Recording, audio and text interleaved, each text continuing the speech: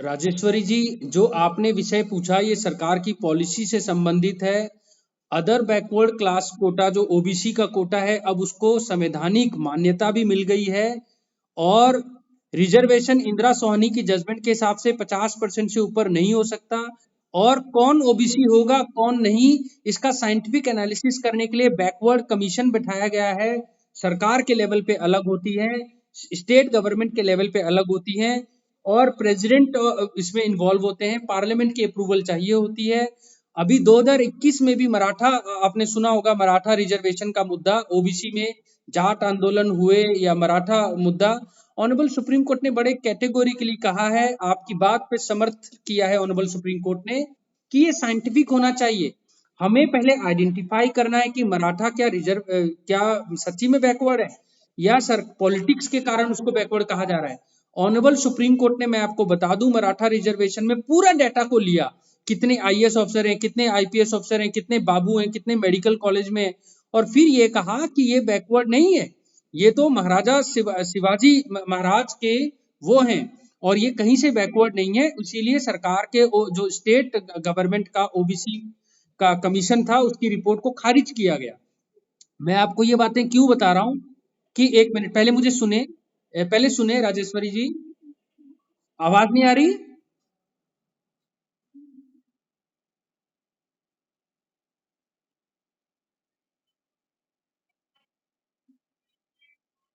जी जी जी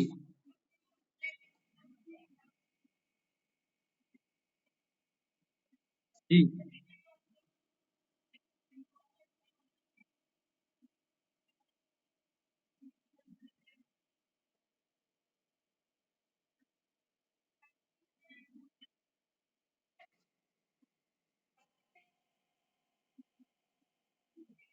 ब्राह्मण क्या काट के क्या कर दिया गया?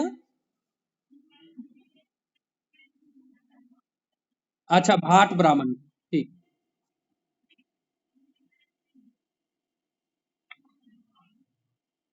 समझ गया, मैं समझ गया।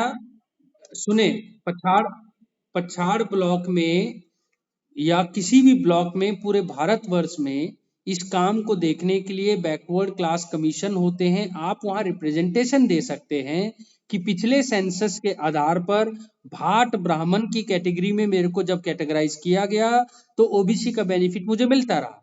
नए सेंसस में आपने मुझे ब्राह्मण लिख दिया, बिना किसी बिना किसी साइंटिफिक प्रूफ के। अगर मान लो साइंटिफिक प्रूफ होता है, अगर कोई कमीशन की रिपोर्ट आती है, तब तो ये बात सही थी। अगर केवल ये क्लैरिकल मिस्टेक या बिना दिमाग लगाए किया गया कोई चीज है, तो ये सिविल कोर्ट्स में नहीं आओगे आप। इसके लिए जो कमीशन बैठे हुए वहां एक रिप्रेजेंटेशन दी जाएगी। उस रिप्रेजेंटेशन से अगर आप दुखी हैं, वो कॉन्स्टिट्यूशनल बॉडीज हैं, अगर फिर भी आप दुखी हैं, तो प्रेसिडेंट और गवर्नर का ही इसमें प्रोरोगेटिव होता है। लेकिन अगर टोटली मेलाफाइड हो, नेचुरल जस्टिस ना मिले, तो honourable high court, honourable supreme court का ही दरवाजा कॉन्स्टिट्यूशनल कोर्ट के तौर पे खुला होता है। वहां पर इन चीजों को आप उठा सकते हैं। Thank you. और किसी का?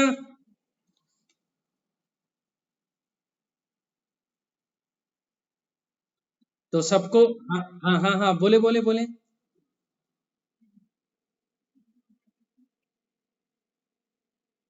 अच्छा, क्या नाम है आपका? क्या नाम है मैम? क्या नाम है आपका? एडवोकेट अरुणा शर्मा। कहाँ पर प्रैक्टिस करते हैं आप? अच्छा, ऑनरेबल हाई कोर्ट में प्रैक्टिस करते हैं। जी अरुणा जी, आप कौन से ग्राम पंचायत से हैं? अच्छा, बना देनी, बोलें बोलें। जी।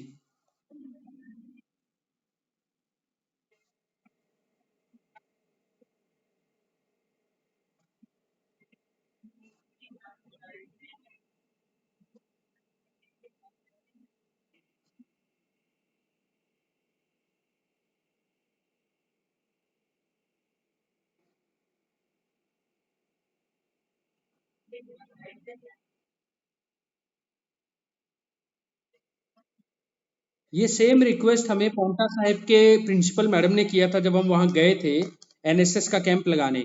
मैं आपको बता दूं, नेशनल कमीशन ऑफ वुमेन और स्टेट कमीशन ऑफ वुमेन, तो स्टेट कमीशन ऑफ वुमेन के साथ भी हम इस महीने के तुरंत बाद जैसे ही नालसा से डायरेक्शन आएगा, एक्सक्लूसिवली हम लड़कियों के अधिकारों को लेकर डोमेस्टिक वायलेंस एक्ट है, पोक्सो है, 354 ABCD इंडियन पिनल कोड है, मोलेस्टेशन 354 एडवी सेक्शन 10 है। ये सब क्या बोलते हैं, आर्टिकल 15 का 3, 39 का E है, 46 औरतों को क्यों स्पेशल प्रिविलेज देता है, मुस्लिम औरतों के लिए डिवोर्स में या तलाक तलाक तलाक में क्या अधिकार है, हर धर्म को लेकर मैरी रॉय की जजमेंट में किस तरीके से एक सीरिया क्रिश्चियन को बाकी क्रिश्चियन के बराबर ला खड़ा किया, विनीता शर्मा में किस तरह लड़की को लड़के के बराबर अधिकार देकर को पार्टनर जैसा पावर दे दिया गया। श्रेया विद्यार्थी के केस में लड़की को बोला कर्ता नहीं बन सकती, मगर एटलीस्ट वो मैनेजर जरूर बन सकती है अपनी प्रॉपर्टी का। और कॉन्स्टिट्यूशन ऑफ कंबोडिया का एग्जाम्पल आर्टिकल 36 से देते हुए ऑनरेबल सुप्रीम कोर्ट ने अरुणा अग्रवाला में ये कहा कि पत्नी का जो हाउस वाइफ है, जी हाँ, चाहे वो गृहिणी है, 50% उसके इनकम, पति का इनकम उसका इनकम होना चाहिए। और एक हाउसवाइफ रोड एक्सीडेंट पे मर जाती है तो उसका इस तरीके से इवैल्यूएशन होना चाहिए। इतने बेहतर बेहतर कानून, मतलब independent thought of India, Lata, आपको देखो राइट टू लव है लड़कियों को, Pawan Sharma state of HP, right to reject है Pawan Sharma, right to marriage है शक्ति वाहिनी, राइट टू सेफ होम है शक्ति वाहिनी, अनवेड मदर को भी बच्चा पैदा करने का अधिकार है, कोई उससे बाप का नाम नहीं पूछ सकता, एबीसी वर्सेस स्टेट।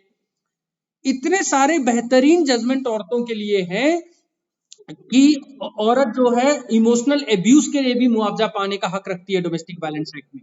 ये सारी बातों में डिटेल्ड हम जब कैंप लगाएंगे, मैं जरूर अपने स्टाफ को बोल के रखूंगा, आपके ब्लॉक में एक्सक्लूसिवली इस चीज को लेकर जब भी आप इनवाइट करेंगे, हम 45 दिन के पैन इंडिया आउटरीच प्रोग्राम के बाद जरूर आपके बीच में आए और बच्चों को, लड़कियों के अधिकारों को लेकर जागरूक करें।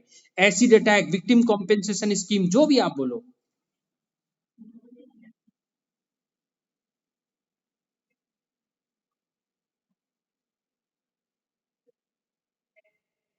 इसके लिए मैंने आपको बताया, रोड एक्सीडेंट में हाउसवाइफ की इनकम कैलकुलेट करने के लिए landmark judgment honourable justice Singhvi साहब एंड गांगुली जी की, अरुणा कुमार अग्रवाल। और आप एडवोकेट हैं, इसीलिए मैं लिबर्टी ले रहा हूं। कंबोडिया के कॉन्स्टिट्यूशन के अनुच्छेद 36 का एग्जाम्पल, इतने सुंदर तरीके से एग्जाम्पल लिया गया कि पति का 50%, अगर मेरी 50,000 तनख्वाह है तो मेरी पत्नी का 25,000 डायरेक्ट उसके अकाउंट में, ये पार्लियामेंट को बोला गया, रिकमेंड किया गया। तो बहुत सुंदर कानून है, मुझे बहुत अच्छा लगा।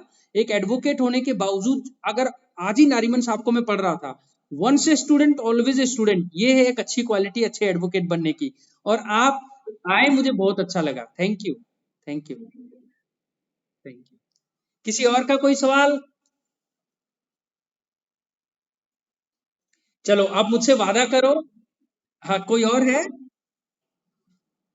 अब वादा करें कि अपने एडल्ट 5 बंदों के, और हमारी वीडियोस, ये इस पे वीडियो बन जाएंगी, जो भी हमने आपसे बात की रिकॉर्डेड है, ये हमारे डीएलएसए सिरमौर के चैनल को सब्सक्राइब करें, 10 से सब्सक्राइब करवाएं, क्योंकि हम बहुत सरल भाषा में right to information, disability act 2016, mental health care act 2017, domestic violence act, constitution of India, right to information act, जो जो आप लोगों के काम के, Panchayati Raj act, land revenue act, इनको बहुत आसान भाषा में आपके आगे रख रहे हैं। आप जरूर सुने और प्लीज इस देश को अगले 25 साल में डेवलप कंट्री की श्रेणी में लेके जाएं।